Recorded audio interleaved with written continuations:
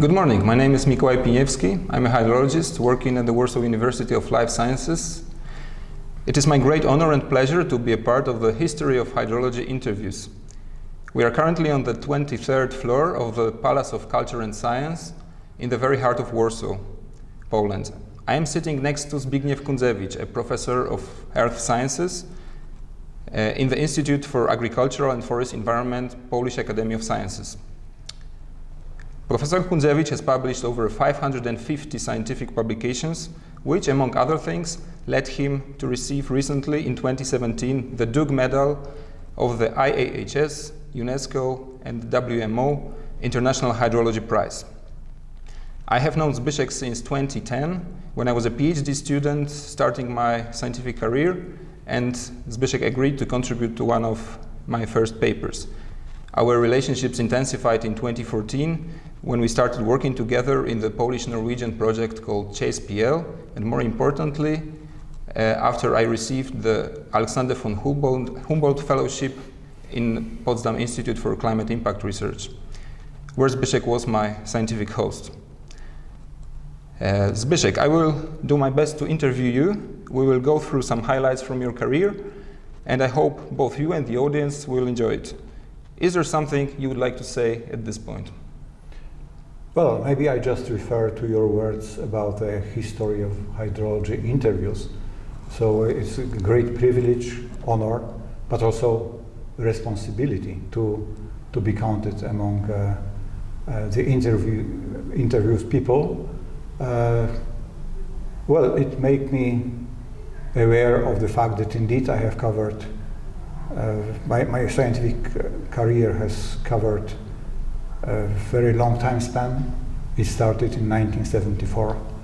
So indeed, I think I have gathered a considerable experience. But whether it counts for the history of hydrology, it is not for me to judge. Mm-hmm. Can you tell us a bit more about your youth and background? You were born in a small town, Augustów, located in the northeast of Poland, shortly after the Second World War ended. Can you elaborate on this a bit? Yeah, I was born actually 5.5 years after the end of war in Augustów. This is a beautiful small town in the Lake District of the northeast Poland. So there are lakes in Augustów, around Augustów. Actually, working on water is quite natural under these circumstances. I learned swimming in a river Biebrza that was quite clean at that time, not far from Augustów. Biebrza nowadays is a favorite place of studies for ecologists, hydrologists, and geomorphologists. I was born there, but my family moved near to Warsaw because my father studied at the Warsaw University of Life Sciences, at your universities. And we lived near to Warsaw, first in Anin and later in Komorów, where my parents' house is. Okay, let us move a little bit further. In 1969, you started at the Warsaw University of Technology your studies in electronic engineering. Why did you choose this field of study? Well, maybe before that, I went to the primary school in Komorów and to the high school or lycée in Milanówek. This is important because both schools were quite good, I think, and they shaped my views in a way. Indeed, in 1969, I started studies at the Technical University of Warsaw, or Warsaw Technical University, Warsaw University of Technology. There were different names, especially different translations into English. Polish names didn't change, translations did. I selected Department of Electronic Engineering, but it was a special path within this department, namely automatics, which means a lot of applied mathematics. So indeed, at the diploma I have a degree of electronic engineering, but I would feel more comfortable with applied mathematics. Mathematics applied to automatic control. And I selected this because it was quite difficult to get into this department. There were many, many more candidates than places, so it was a challenge. I have always did a little bit of sport, so sports competing was close to my heart. And this was my competition, tough competition. It was not easy to get in, and it was not easy to pass, so that some of my colleagues could not manage. It was a lot of stress actually, so very high demand. But it paid off for my lifetime. Mm-hmm. Great. After obtaining your master degree at the University of Technology, you switched your field of study and started doing your PhD at the Institute of Geophysics, Polish Academy of Sciences. Tell us what triggered this change, what made you change electronic engineer into hydrology? Indeed, it was a major change, but in order to understand it, perhaps it's worthy to know that my studies was actually about applied mathematics. So I found an advertisement and an opportunity arising in hydrology at the Institute of Geophysics. Professor Strupczewski wanted to build a small group of young researchers doing mathematical modeling with possible applications to hydrology and water management. It was a clear path leading to doctorate, so I decided to do this major shift because I have always wanted to be a scientist, and this seemed to me like a good opportunity, and it was. Okay. Back in 1978, just 2 years between the origin of the Solidarity movement, you left Poland and moved behind the Iron Curtain to the Federal Republic of Germany as an Alexander von Humboldt Fellow at the University of Karlsruhe. Can you elaborate a bit about the circumstances and times during this period? Which drivers motivated you to leave the country, and were you sure that you would come back? So again, probably this competitive spirit drove me to apply for Humboldt fellowship. I have competed before in doing a little bit of track and field athletics and high jump. I was not too good, well, second 100 in Poland and maybe champion of a technical university of Warsaw. Yet it was fun, and also it was a good school for competing in other fields, not only in sports. So I competed for Humboldt and I won because I was young and already published several papers. So my career was recognized by the Humboldt Foundation, and I received this fellowship at the University of Karlsruhe. Now it is Karlsruhe Institute of Technology, so names change.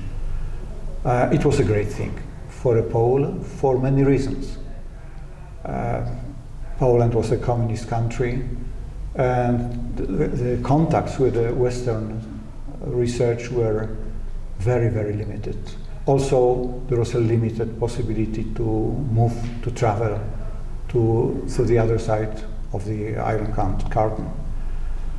However, I have never thought about leaving Poland for well. I'm Polish, this is my country, I belong here, and I have always come back.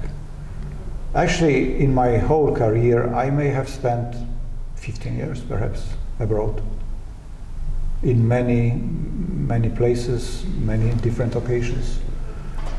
but always back. And I think again this was a appropriate decision not to look for a new home. Life in Poland was difficult. I hated the system, and actually when I went to Humboldt fellowship, I did not even dream that the communist system may fall. It did fall quite fast in the end of 1980s, and now we are living in a world that is comparable to other democratic countries of the world. Mm-hmm. Your fellowship lasted 2 years, right? My fellowship I spent more than 2 years as a Humboldt, but in several installments. So I divided my fellowships into smaller pieces, which gave me a bit of continuity. I could go there whenever it was necessary.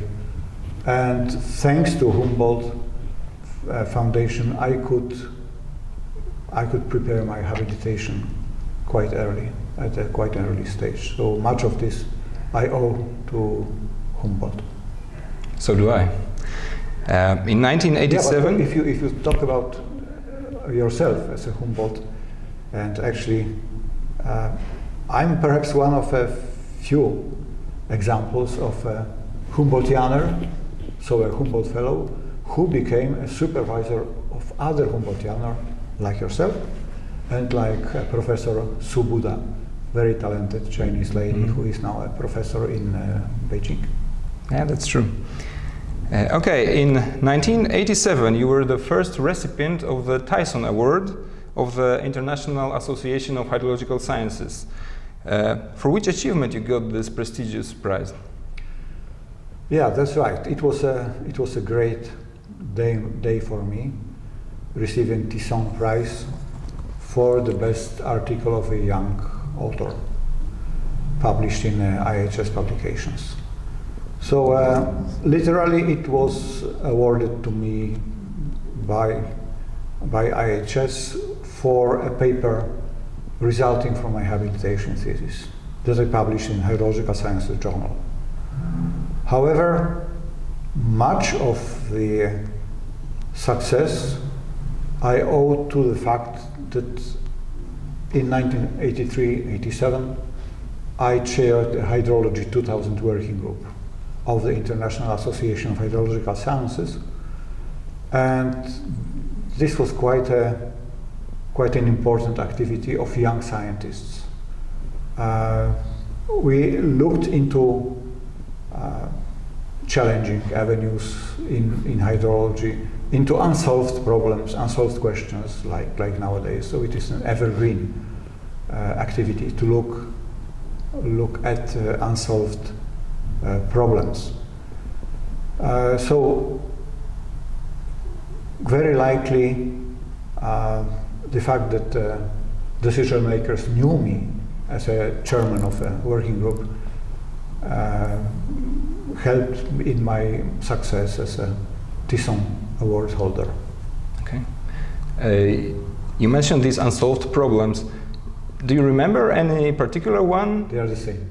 Okay, still the same. So, yeah, so this is terrible. Well, I did it in 1983-87, and I was quite surprised to notice that 20 years ago, American scientists in American Geophysical Union also tried to assemble a list of challenging issues in hydrology. So what we found challenging was very much the same. Mm-hmm. Technology has changed a lot, yet the problems remained unsolved. And I'm afraid that the present list would also echo our findings. However, now we are living in a brave new world with fantastic opportunities due to technology, remote sensing, and IT, big data. thinking globally. So when I delivered a Hydrology 2000 report at IHS Assembly in Vancouver, 1987, I just noted that there is a emerging issue of climate change and climate change impact. So we just, in our report, we maybe mentioned this only very briefly, but it became a major topical area that is still of much importance and interest. Mm-hmm. Okay, I will soon ask you more about this fact, but before that I would like to come back a little bit to your to those times shortly after a political transformation in Eastern Europe and Poland.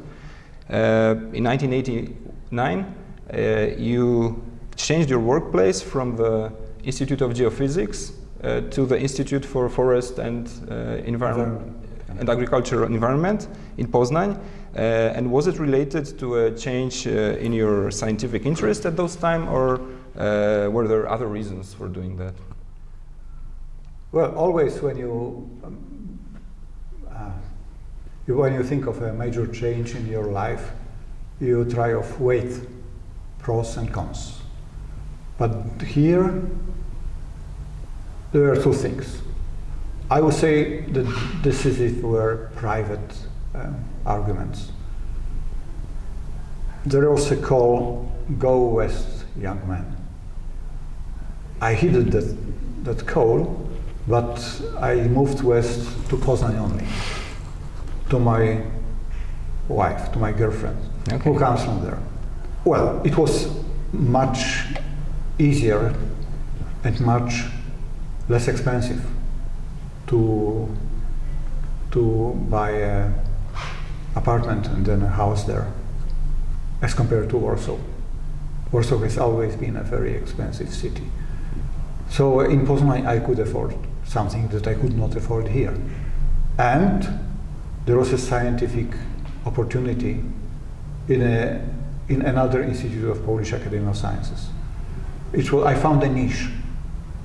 In Warsaw, in the Institute of Geophysics, I approached hydrology from the geophysical view angle. In Poznan, in the Institute for Agriculture and Forest Environment, Polish Academy of Sciences, I considered water as a element that is necessary for life, for agriculture, for forestry, well, for the whole biosphere. So I was still dealing with water, but from a different view angle. Okay. Okay, I think you already said something about it, but maybe now you could elaborate a bit more. Because I wanted to say that you are nowadays famous not only as a hydrologist, but also as a climate change expert, in particular due to your long-lasting experience in the IPCC, the International Panel for Climate Change. Before I ask you about your IPCC-related activities, I am curious to know if you recall the first time you had heard about the climate change in general and when the topic climate change and water became your true interest. Well, I mentioned that as a chairman of Hydrology 2000 working group, I've heard about this topical research area for the first time. And but at that time, in mid-1980s, climate change and the global warming was not a real issue. Warming just started, and at that time it was not quite clear whether it is just a natural variability or something more than that. So very early, I would say very early, I heard about climate change. In 1987, where I received, in Vancouver Assembly, where I received the Tison Award, there was a IHS event on climate change and water. And in the same year, 1987, I was really impressed by an important article by Pete Eagleson, published in Water Resources Research, that global hydrology is the future, global hydrology. In a climate change work, we also think globally. So I would say 32 years ago, I found a challenge, and 2 years later, I went to a first conference. I was a first conference in the Netherlands, where I delivered a talk about climate change issues and climate change impact in Wielkopolska, in a part of Poland. And soon after, I was hired by IASA, International Institute for Applied Systems Analysis, to do a little work on climate change and water. I collected the material and I noted big challenges there. So there was a publication in IASA and also a journal paper in Water Resources Management a few years later. In 1993, I went to Geneva to work in World Meteorological Organization. This is the place where IPCC Secretariat is located. So there I could look into water issues from one more view angle: meteorology, climatology. It means that you were one of the first to deal with climate change issues. Is it something that you are currently proud of? Well, I'm not sure. I'm sure whether saying that I'm proud is correct, but for sure it was a great advantage, and I'm proud of having recognized the potential, because many people ignored the idea. That's they true. said, no, it's hopeless. I think I thought it's important. It was important, and it proved to be important and increasingly important nowadays in a rapidly changing climate. You are currently a review editor of the IPCC Assessment Report number 6, the chapter Freshwater Resources, and probably one of the most engaged and prolific IPCC experts. Your first appointment as the lead author took place in 1995 for the second report, and since then you performed various roles in all assessment reports and several special or technical reports as well. You have thus a unique collection of memories on how the IPCC evolved over time and how the knowledge and perception of climate change were changing globally. Could you elaborate a bit on this? Yeah, indeed, I started in 1995, second assessment report. That was prepared since 1994, so 25 years already. At that time, I was only I was only contributing author, not lead author. Lead author next round. But I have been altogether CLA, which is coordinating lead author, 4 times. Perhaps more than anyone else. This is quite likely. Yeah, IPCC has changed a lot, and it received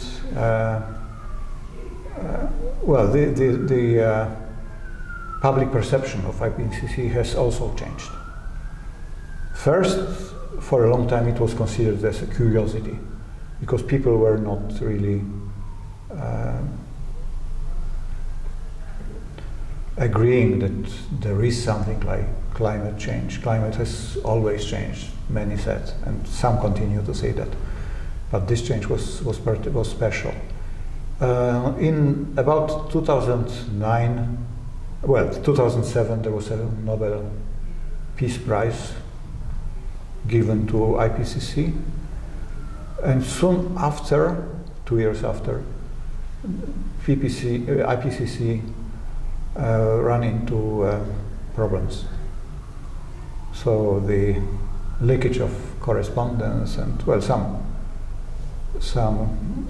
I would say dirty tricks caused loss of part of credibility. But it turned out to be very healthy.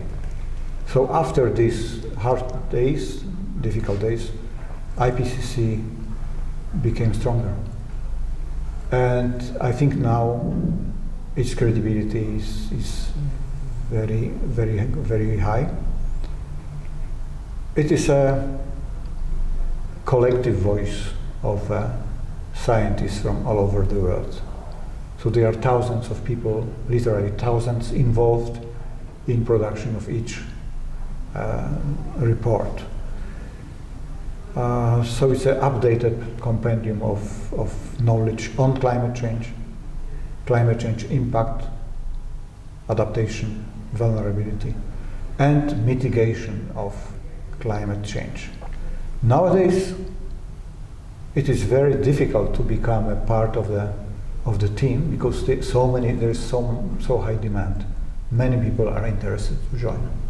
Myself, it is late in my life, so perhaps it is the last time, but I'm really pleased to be invited as a review editor for the 6th IPCC report.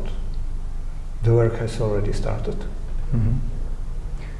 You mentioned receiving the Nobel Peace Prize by the IPCC, and we were earlier mentioning some of your other achievements like the Dug Medal or the Tison Award.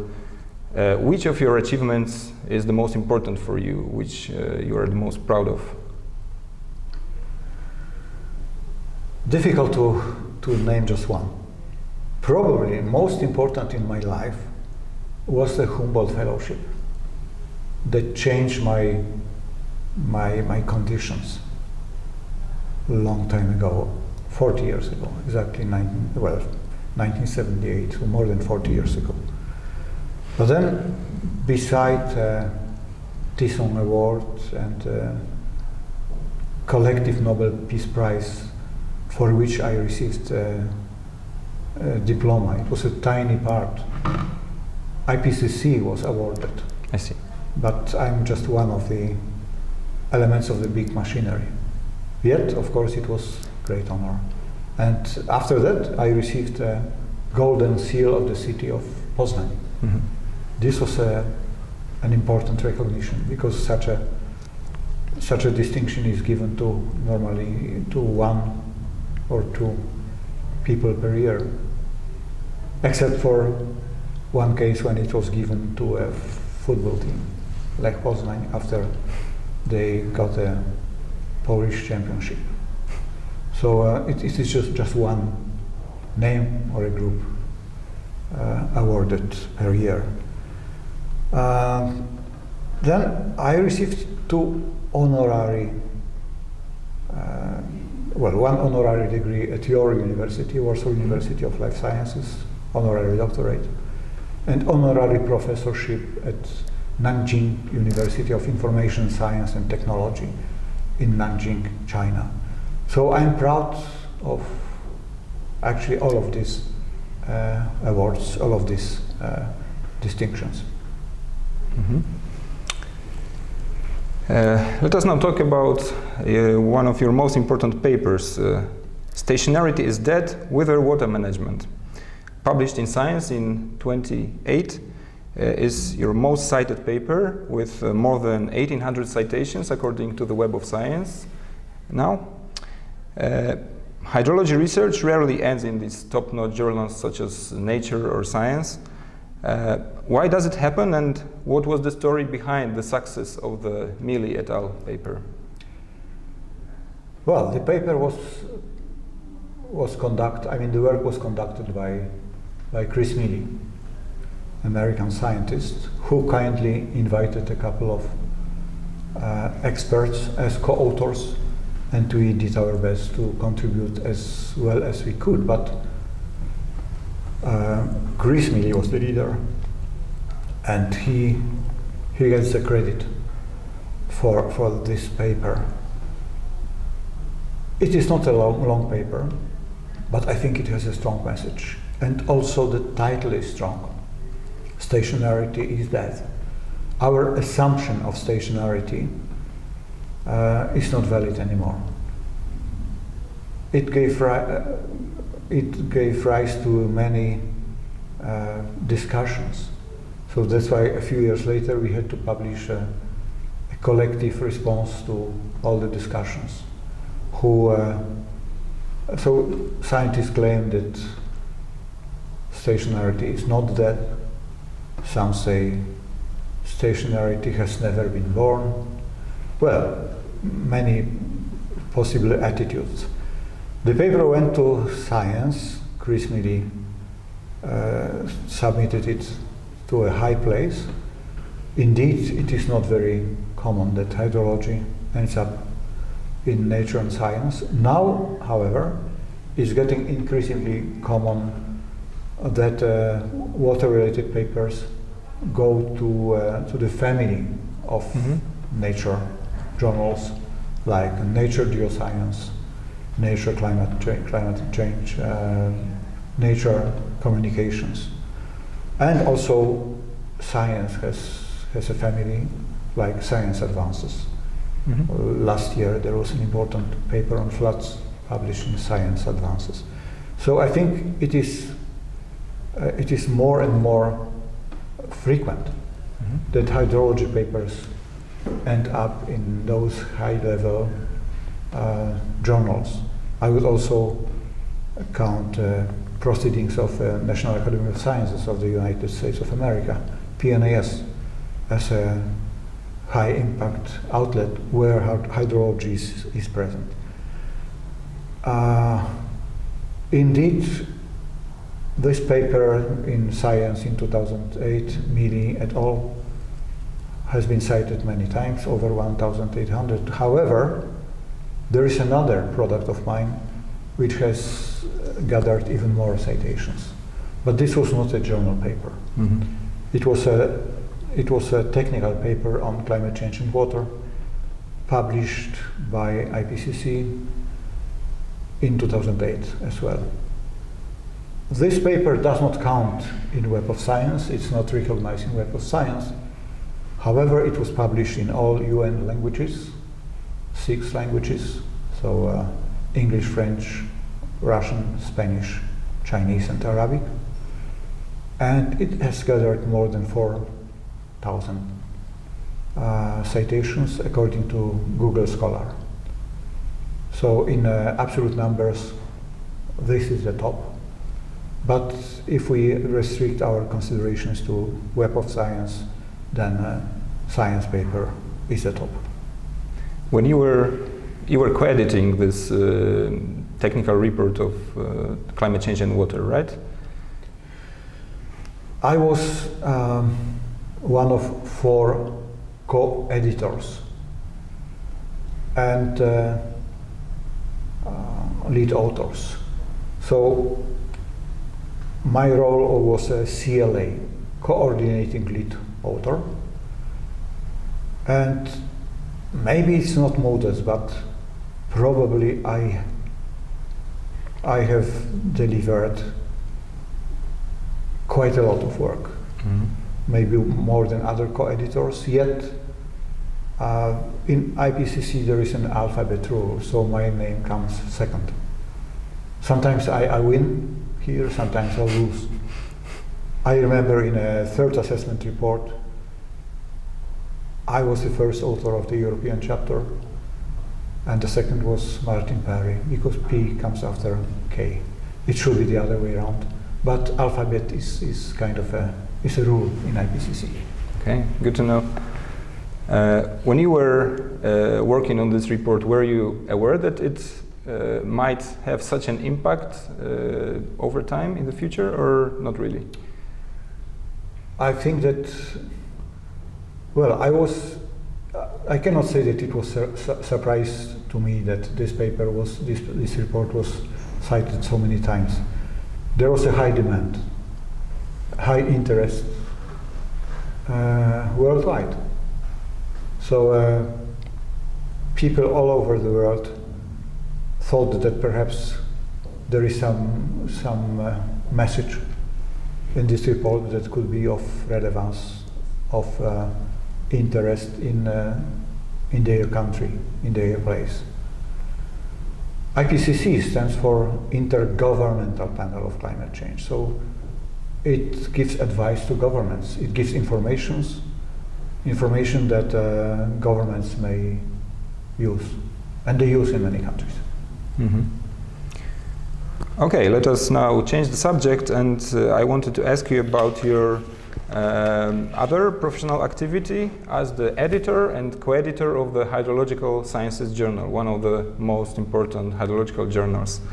Over this period, you decisioned hundreds of manuscripts. Are there any memorable papers? Yeah, hundreds, you said, could be, it is true, but it may well be thousands.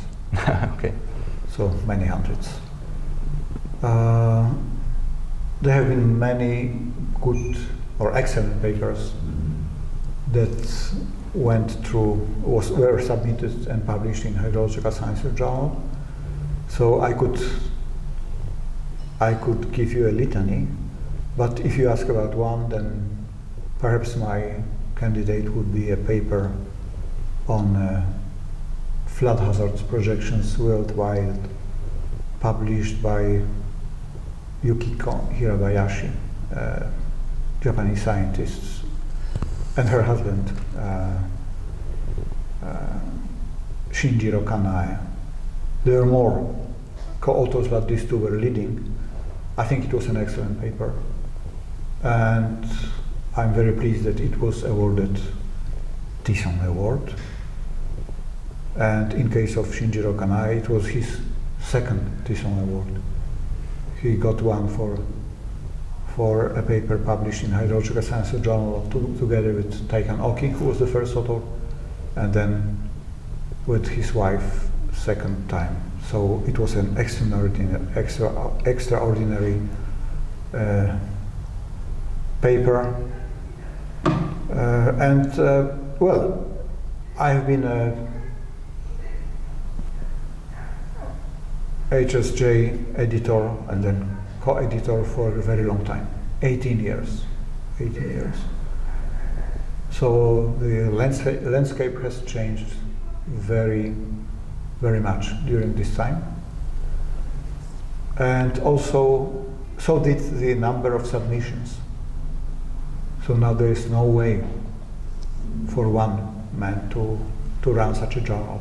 There are several co-editors.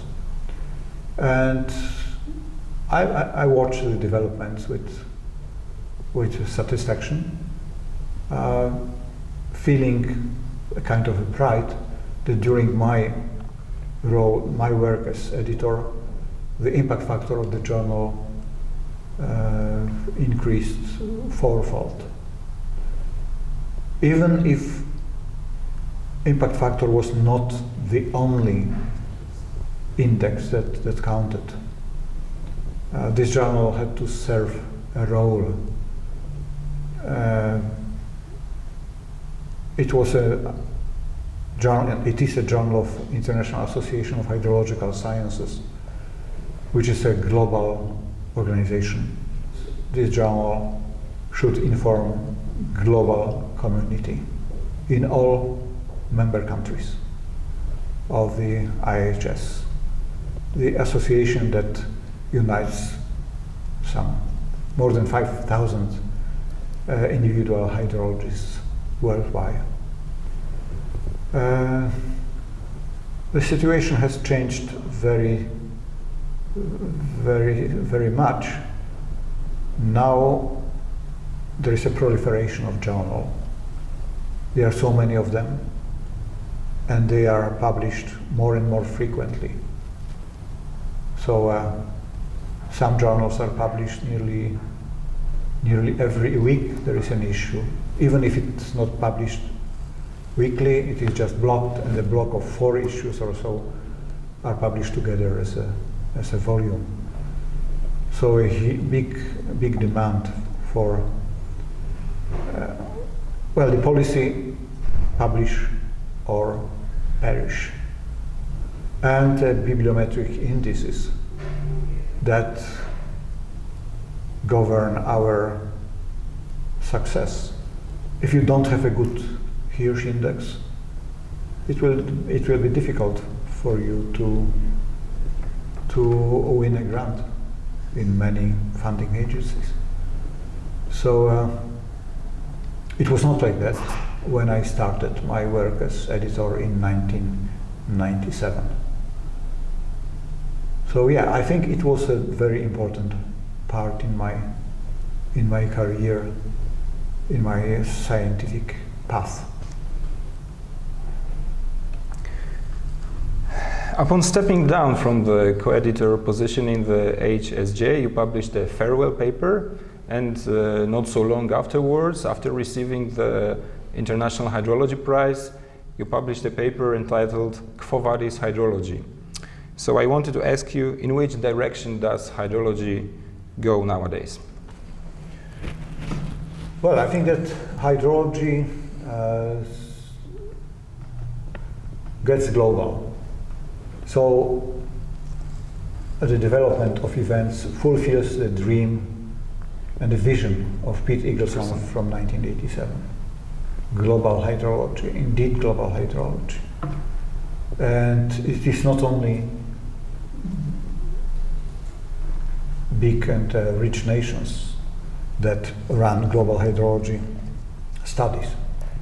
It's not only America. Many studies like that are done in Europe, in Japan, some in China. Even I have a global kind of project looking into links between climate variability indices and variability of flood-related variables, starting from intense precipitation through river flow to flood loss indices like damage loss. I cover the whole world in a Polish grant. It was unthinkable until quite recently. Now it is thinkable. One can do it. There is a big opportunity related to the possibility to have big data and to be able to process this big data. So machine learning and models that are generated by a computer software, by a program. I think this is challenging, and this is very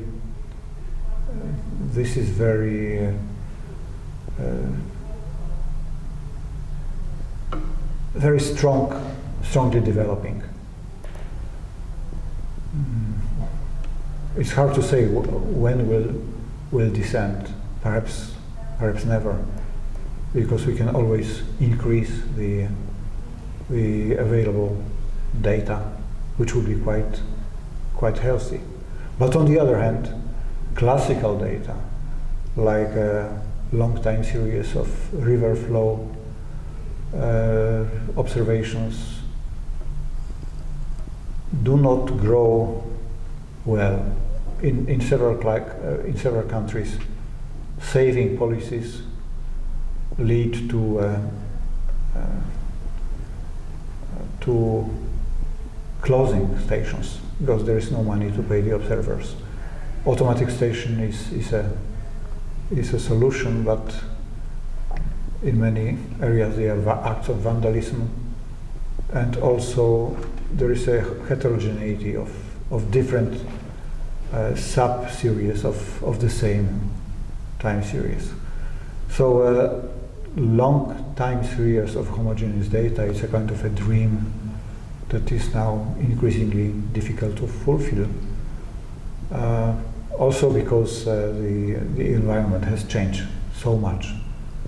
The world is not stationary, and the conditions where the observations are made have changed, and we should consider this in our studies. But I think that hydrology and water resources research, water management, are getting increasingly important. There is no life without water. And water is needed in very large quantities in every activity of humans. So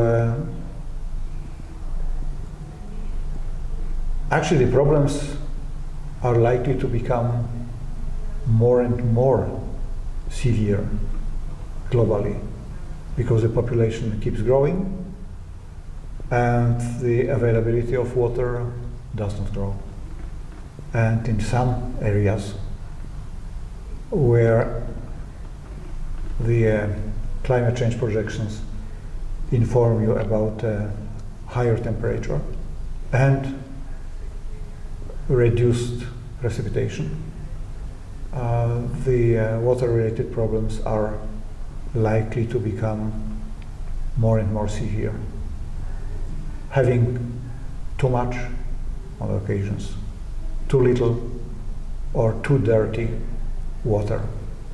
They are the three categories of water problems where hydrology has a role to play and where the public interest is growing because the demands grow.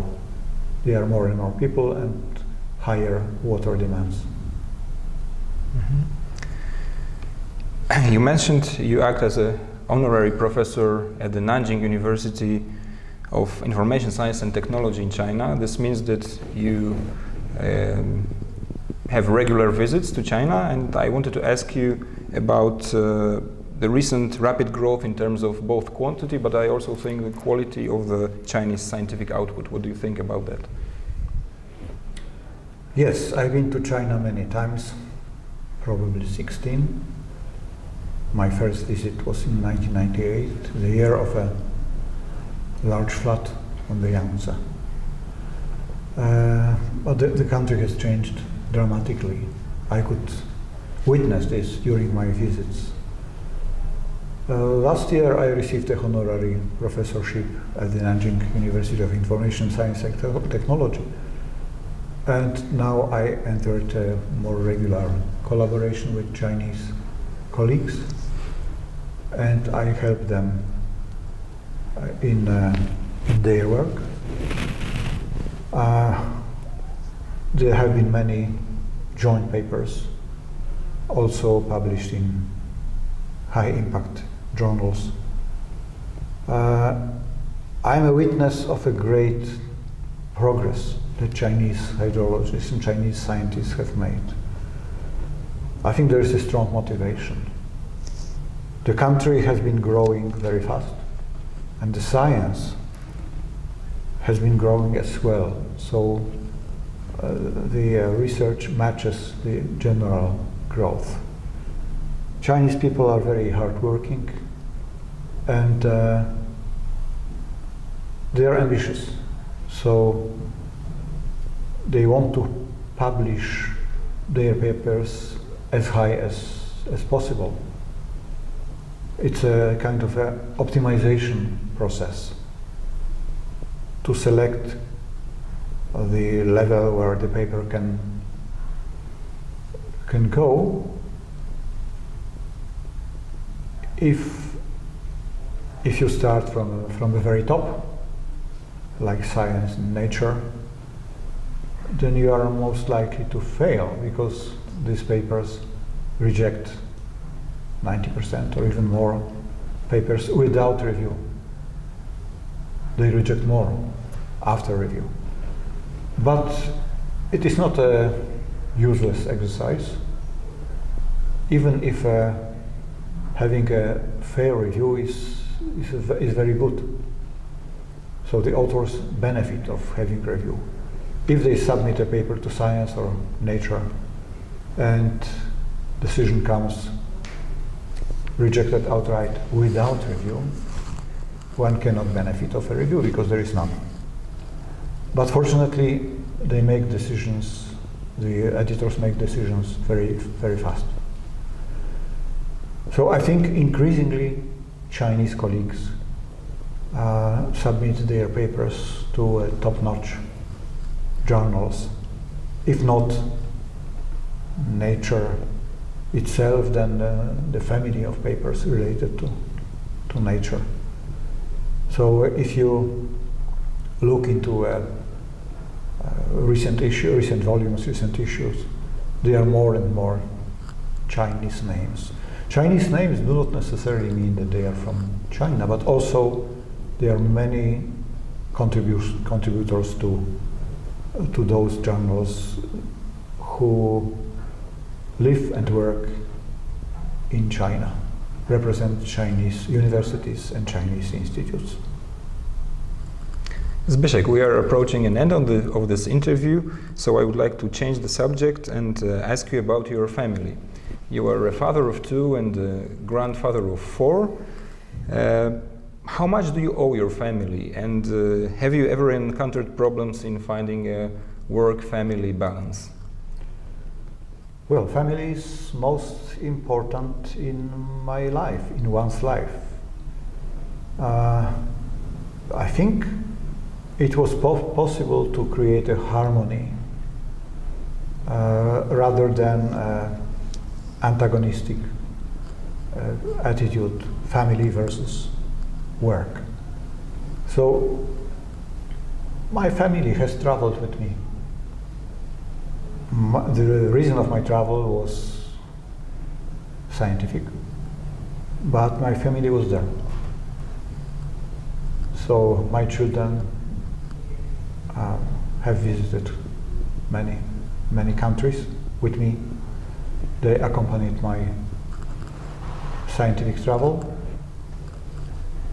and I think we managed to create a harmony. So my family knows that I can work, well, mathematically speaking, for every X, Y, Z and every T. So in every place and every time, I may work. I may work in the weirdest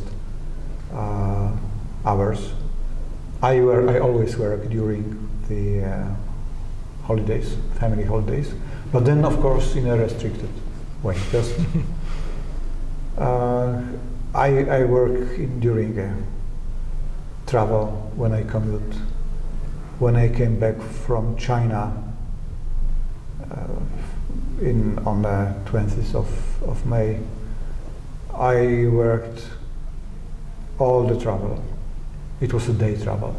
It was a very long day from Nanjing to Frankfurt, and I could report achieving quite a nice progress on a number of papers. And today, when I finish my duties in Warsaw, I have work to do in the train going back to Poznan. So and then I came and I hugged my wife, and I see my children and grandchildren. I'm very fortunate in that my family is around. So it's nearly a walking distance, 6 kilometers from our home to my daughter and her family with two boys. One of them was born in May. And 9 kilometers to my son and his family with 2 girls. So it's a simple reproduction, 2 children, and each of them has 2 children.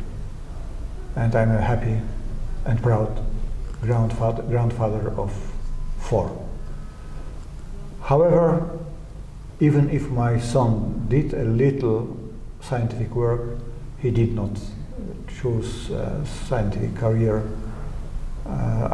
I respect this choice, and I think that everyone should find the way of life that she or he considers best. It's not necessarily research that is not very attractive nowadays for a younger generation, I'm afraid. Thank you for sharing these personal feelings, and my last question would be, what would be your final message to the young generation of hydrologists worldwide? I think that hydrologists have a very privileged position now, because the world is interested in solving water problems, and hydrologists have a role to play there. So they are important, burning, practical issues to be solved related to water quantity, having too much or too little, to water quality, pollution, and the societies want to have clean water. This is the essence of a European Union Water Framework Directive. 2000, in 2000 it was established. All waters in the European Union should be clean. So this is a big and important target. Actually, it didn't, well, the nations did not succeed. Water should be clean already for 4 years, according to the directive, but it is not. I mean, in many places we still have water quality problems, yet a huge progress has been made. So hydrologists have a role to play here. And if you want a short kind of advice, it would be open-minded. Be open-minded. Don't say no if an opportunity arises. Think first. Perhaps there is something. Perhaps there is a challenge that could be of considerable interest. And my kind of credo in life is looking for co-benefits, looking for win-win situations or multiple win. Indeed, very often you can find win-win situations, and it would be, I think, very wise to look for such situations. Yet, I know many cases where people choose lose-lose, even if a win-win exists. Zbigniew, thank you so much for sharing your thoughts, your memories with us. To me, this was very inspirational. Thank you very much. Thank you.